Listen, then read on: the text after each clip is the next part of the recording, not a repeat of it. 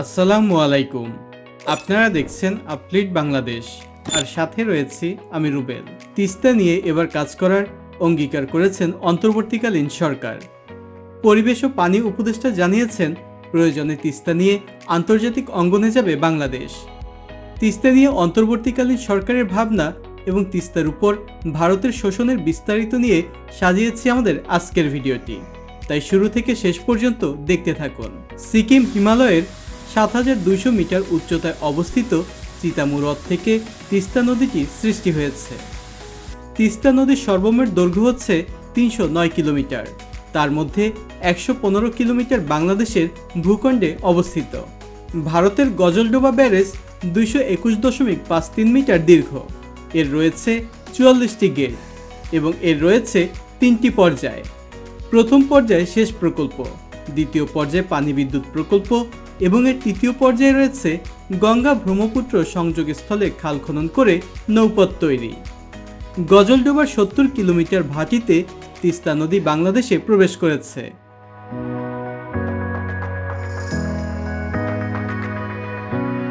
গজলডোবার এই বাঁধের ফটকে রয়েছে ৪৪টি গেট, যা বন্ধ করে তিস্তার মূল প্রবাহ থেকে পানি বিভিন্ন খাতে পুনর্বাহিত করে ভারত। তিস্তার পানি তিস্তা মহানন্দা খালে পুনর্বাহিত করার উদ্দেশ্য নিয়েই এই বাঁধ স্থাপন করা হয়েছিল।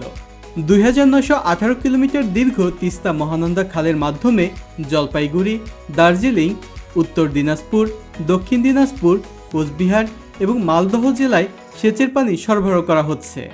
মূলত শুকনো মৌসুমেই তিস্তার সব পানি ভারত নিজেদের মধ্যেই ভাগবটোয়ারা করে নিচ্ছে, যার ফলে বছরের পর বছর ধরে বাংলাদেশের জন্য মরণ ফাঁদের আরেক নাম হচ্ছে ভারতের গজলডোবা বাঁধ। বাংলাদেশের ৫৪টি নদীর উৎপত্তিস্থল ভারতে, তাই আমাদের প্রায় ৯৩% পানি আসে ভারত থেকে। ধারণা করা হয় ভারত তার দেশ দিয়ে আসা ৫৪টি নদীতে বাদ দিয়ে বাংলাদেশের সমস্ত অংশকেই মরুভূমি বানাতে চায়। তাদের এই ভৌগোলিক নির্যাতনে বাংলাদেশের মানুষ প্রয়োজনীয় ও ন্যায্য পানির হিস্যা পাচ্ছে না বহু বছর ধরে। গজলডোবা বাঁধ ভারত কর্তৃক বাংলাদেশের পানি লুণ্ঠন এবং সম্প্রসারণবাদী রাজনৈতিক প্রতীক প্রকল্প।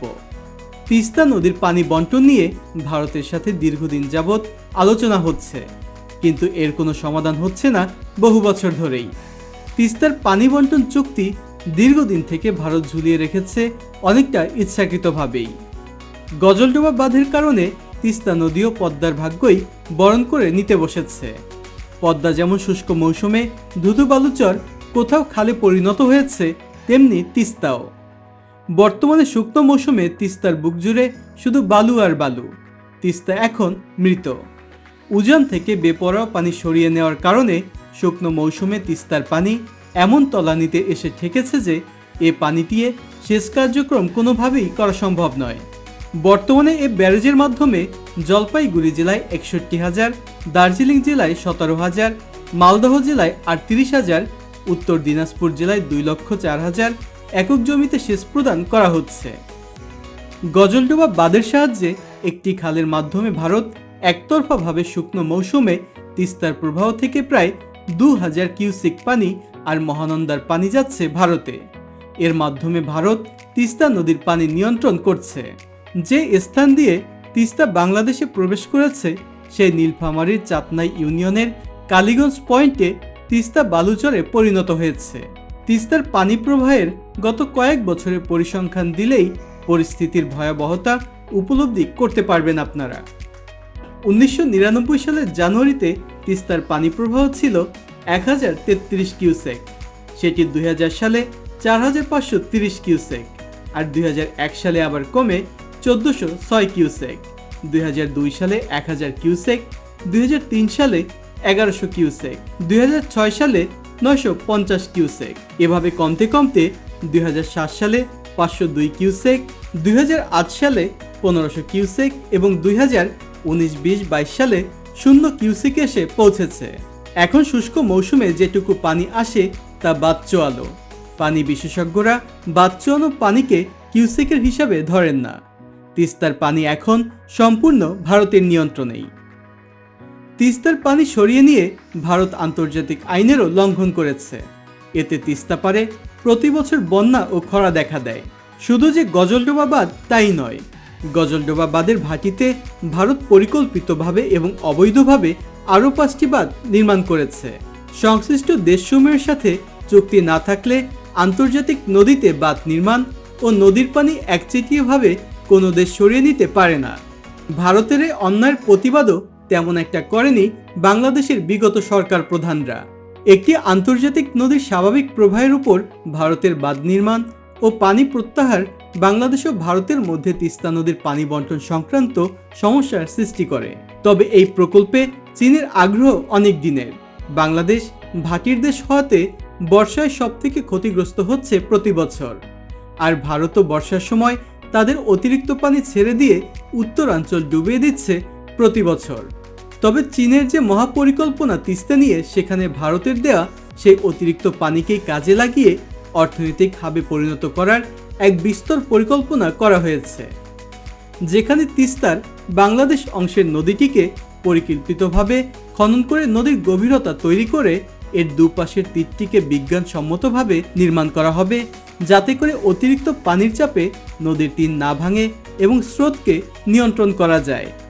সেই সাথে বর্ষার অতিরিক্ত পানি সারা বছর কিভাবে ধরে রেখে বাংলাদেশ তার ইচ্ছে মতো ব্যবহার করতে পারবে তাও রয়েছে এই পরিকল্পনায়।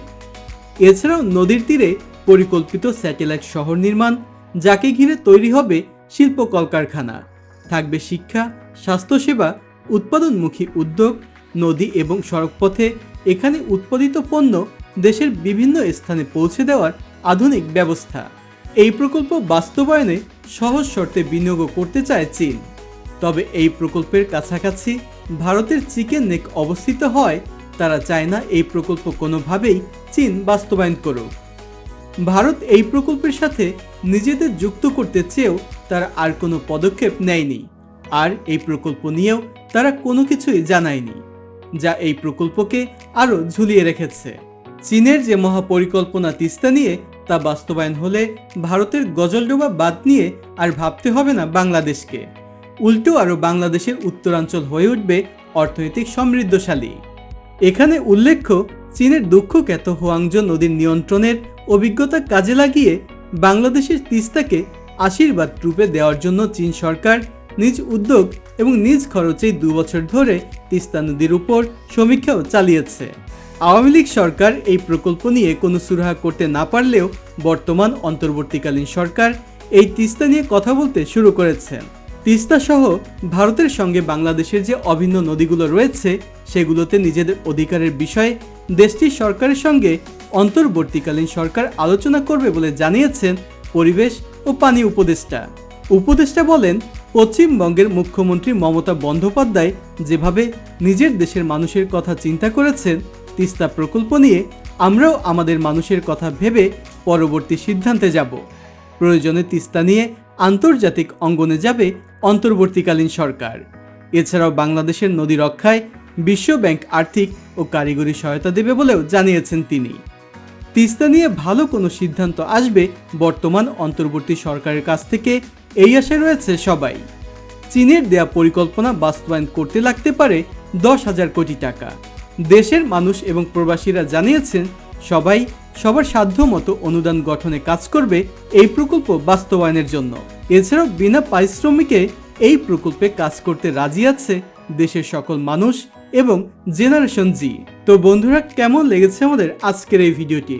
যদি ভালো লেগে থাকে তাহলে অবশ্যই কমেন্টস করে জানাতে ভুলবেন না। সেই সাথে যারা নিয়মিত আমাদের ভিডিও দেখেন কিন্তু এখনও চ্যানেলটি সাবস্ক্রাইব করেননি, তারা সাবস্ক্রাইব করে পাশে থাকা বেল আইকনটি প্রেস করে দিন, যেন পরবর্তী ভিডিওর নোটিফিকেশনগুলো পেয়ে যান সবার আগে। আর যারা ইতিমধ্যে চ্যানেলটি সাবস্ক্রাইব করেছেন তাদেরকে জানাচ্ছি অসংখ্য ধন্যবাদ। যে যেখানেই থাকুন, ভালো থাকুন, সুস্থ থাকুন। আজকের মতো আমি রুবেল বিদায় নিচ্ছি। আল্লাহ হাফেজ।